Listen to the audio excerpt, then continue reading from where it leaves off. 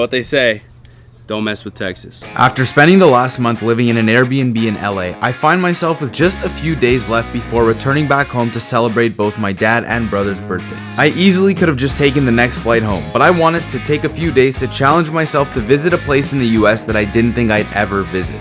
It actually took me about 2 seconds to come up with my state of choice, Texas. Now, I asked a lot of my friends if any of them wanted to go to Texas with me, and most of them said no, but I knew that there was one friend who would have said yes without even contemplating that decision, and he did. He really did. He didn't even ask why or what the purpose was. He just said yes. He's about to come in through these doors right now, and he'll be with us for the entirety of this video. Hi. Hi. Hi. Hi. This is gonna be a great week. Good to see you. This guy's the man. So with my elementary school friend now here with me, I'll be spending the next 72 hours here, but to properly start this journey off, let's start back at the beginning. What's up? How are you? Good, how are you? Good, man. This is Nick. Hey guys. Nick and I were best friends in pre-K and kindergarten, and we have barely seen each other since then. I think it's been like 10 years. Yeah. Actually 10 years, a decade. And now he lives in Austin. Yeah. Today, Nick is bringing me to a supposedly incredible Tex-Mex spot, Juan in a Million. So this was one taco, but they recommended we get extra tortillas to make 3 tacos out of what was supposed to be in only 1 taco. I think you need these. Yeah, I understand why she was like pressing me about the extra tacos. You will no longer be breathing after this. So the really cool thing is when I knew I was going to travel to Texas, I picked Austin because I knew Nick was going to be there. And it just so turns out that I make YouTube videos and Nick edits YouTube videos. Nick's got to go back to work now though, so let's go and explore Austin. The weather, while we're here, every single day is fully sunny and 40+ degrees Celsius. And Evan's got a variety of very interesting shirts that he brought for this trip. So I figured I wear my Canada shirt and he'll wear his shirt, and we'll see who identifies more with what. But it seems already that more people like his shirt. You've already gotten a couple compliments. There's no intention for this video to be political, but we can still have fun. What are we doing now? We're getting some barbecue. I gotta watch my carbs, although that's gonna be tough to do this week. I don't think you're in the right place to watch your food. You knew it was coming. Texas barbecue at Terry Black's, the most reviewed place that I've ever eaten at. Stand in line, order your sides, grab a beer, and then head over to the counter for the main course. What do you recommend? Do you eat pork? Yeah. Pork ribs and turkey are something I eat every day. Outside of that, the brisket and beef ribs are what we're known for, and they're delicious. The jalapeno cheddar sausage is where you want to go if that's what you're going to get. They're 80-20, so they're 80% of the brisket that we smoke in-house, and then 20% is the casing and the binding.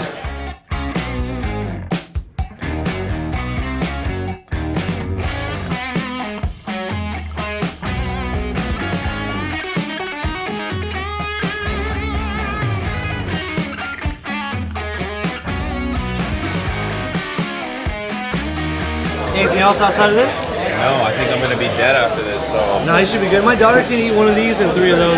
God bless you. She's only 13. Everything looks great, right? Well, there's just one problem. Yo, this cost $103.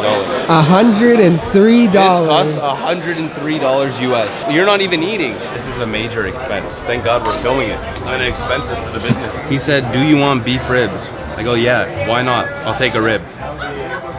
This costs $50. I hope they have take-home bags or body bags, depending on how this goes. This is a sausage made purely from this brisket. The food's good. It's the quantity of food, that's the issue. I usually try not to show food, and obviously don't promote eating this much food, but I also promote enjoying the culture of the place that you go to. And I feel like this is the most Texan thing you can do. He's got his priorities correct.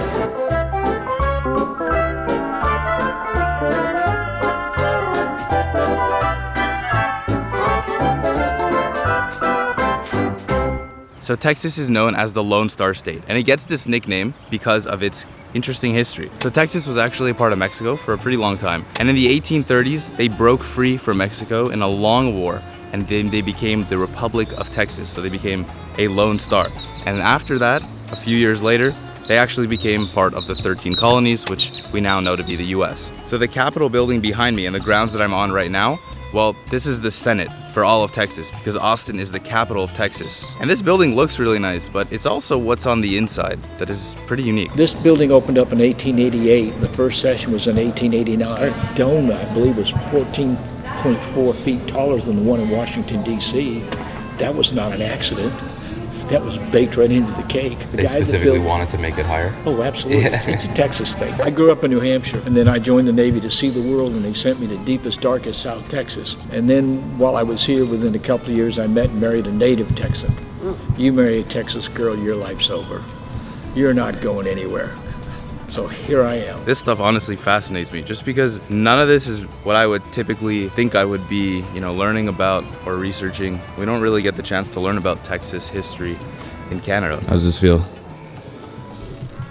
Feels like freedom. This guy was the governor in 1895. What were you doing in 1895? Well, you weren't even a thought. No, your dad wasn't even, your grandfather wasn't even a thought. This guy was the governor. How many times have you been to Texas? It's probably my fourth time. My fourth time. Probably. How many times? This is my fourth time. And do you like it here? I love it. If we end up anything like that guy at the desk, we might never leave. No, then you're trapped. Interestingly enough, for all the negative chi that goes around about Texas, at least from the part of the world that I live in, the word Texas means friendship. Not only are the people in Texas and Austin pretty nice, but this is also a university town.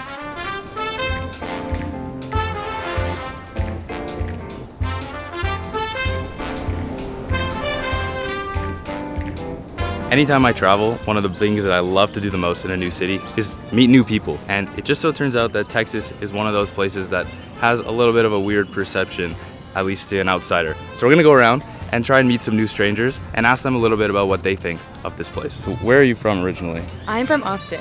Oh, from Austin. Okay, What do you love about Austin? I love that it has a very much a small town vibe, but it's growing a lot. There's a lot of stuff to do, like the lakes. I like the lakes.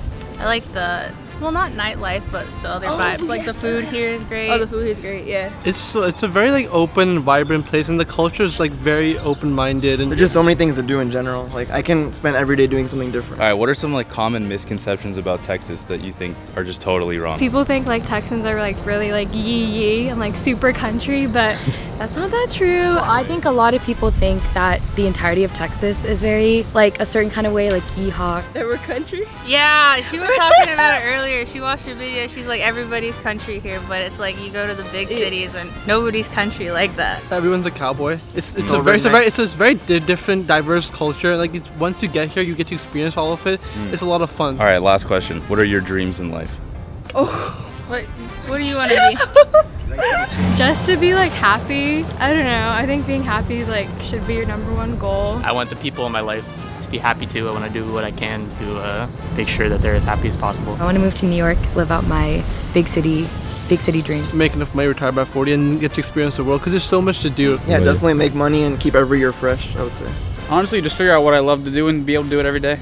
Respect. It's actually interesting. Every single person that I've interviewed, and obviously this wasn't done on purpose, is from Texas. But hey, a few minutes, a few conversations, a few new friends, and the things that you learn are pretty infinite that way if you just keep doing it. You can shoot hollow points and soft points, just no ball ammunition. Paper target shooting only, no pistol, straw, tin can, or bottle shooting. Keep chamber clear and open unless firing. During ceasefires, all actions are locked open. Shooters only on the range, no spectators. Point the guns in the air, ground, downrange, a safe direction at all times. Alcoholic beverages are prohibited on the premises internally or externally. I gotta say, for the kind of nerveness, the amount of nerves that you have in an experience like this, they're very professional. They explain the safety rules like 100 times, walked us through them. You couldn't feel safer, honestly. And there's not that many people here either. We're the only ones at this pistol range, so it's gonna be a good time. It takes balls to do this. It does take balls to do this. Line is clear and safe. You can go downrange and take care of your targets. When you get back, stay behind the yellow line. If you can't tell, I'm definitely nervous right now. But all of those nerves quickly went away when Evan fired his first shots before I had a chance to put my headphones on.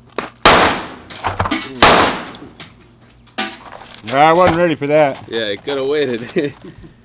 Blew my ear out. First ever time shooting a gun. Here we go.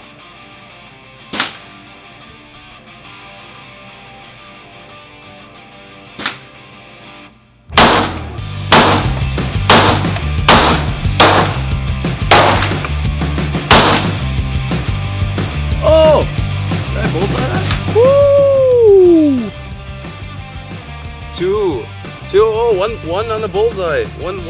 So here's the deal. If you see Evan and you piss him off and he's got a gun, what you need to do is you need to chill on the right side. Stay on his right side, because if you're on his left, you're done. He's gonna kill you right away. If you're here, you're good to go. That's facts. Yeah. I've done archery, I've done axe throwing, I've shot lead pellets, never shot an actual gun. Being at a gun range in Texas, it's a nerve-wracking experience for the first time. The second that you know you're safe and nothing is gonna go wrong, hopefully, God willing, then it's all good. You just enjoy the moment. I'm here with Evan. We're having a really good time. This is a very Texan experience. What's not to love? Point is, just be open-minded. You know, just because we hear all the things about guns that we do wherever you live, doesn't mean that the experience of shooting at a range, a professional range out in a small town in Texas, isn't worth it. It is worth everything. And this trip, so far, this trip has been worth everything.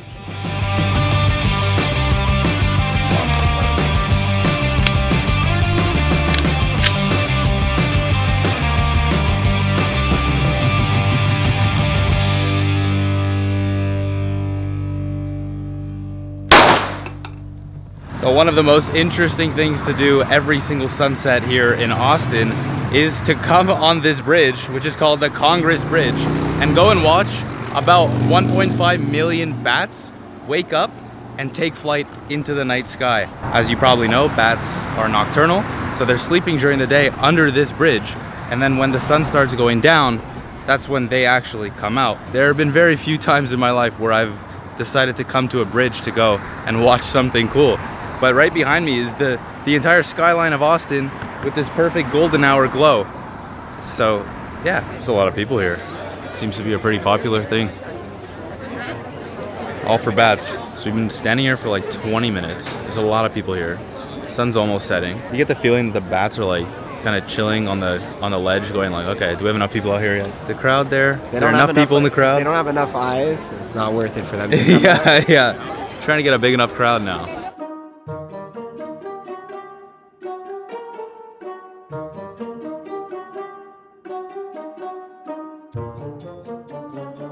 We got the bats coming out at approximately 9:12 p.m. We're an hour behind schedule. I see a lot. I just can't really see them. Overall, would I recommend this? Maybe. This we made some new friends though. 1.5 stars. 1.5 stars. The footage that you just saw, that was it. That was the whole experience. It didn't work out like we thought it would work out. But anyways, you don't get anywhere in life unless you try stuff. That's right. It's a mindset. It's also 9:19. So Evan, you want to go out? 100%.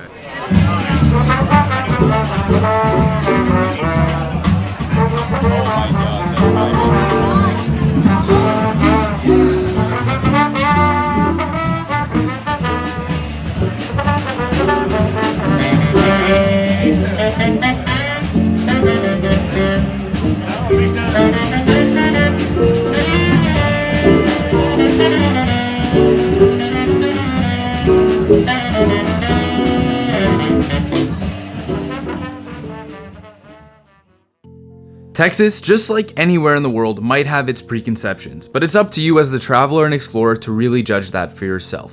What I found here was a culture completely different from my own, and to be honest, a culture that I would not personally want to live in, but one that I'm really happy that I explored. I have to say, when I decided to come to Texas and make this video, I thought that I was going to be showing you the Texas that everyone thinks about at first glance, which is cowboys, rodeos, lack of open-mindedness, and just kind of like plain south of the US kind of content and environment. Austin, which I've heard is definitely an oasis and not an accurate representation of the rest of Texas, has been nothing short of the opposite of that. It just makes me really happy to be here. And I think if you came to Austin, it would make you really happy as well. This trip was about discomfort, but also about reconnecting with two of my oldest friends. And now that my 4 days in Austin are up, it's time to say goodbye and head back to Canada. But those adventures are for next week. So if you haven't already subscribed, please make sure to do so. Thanks for watching, and I'll see you back here next week. It's a mindset.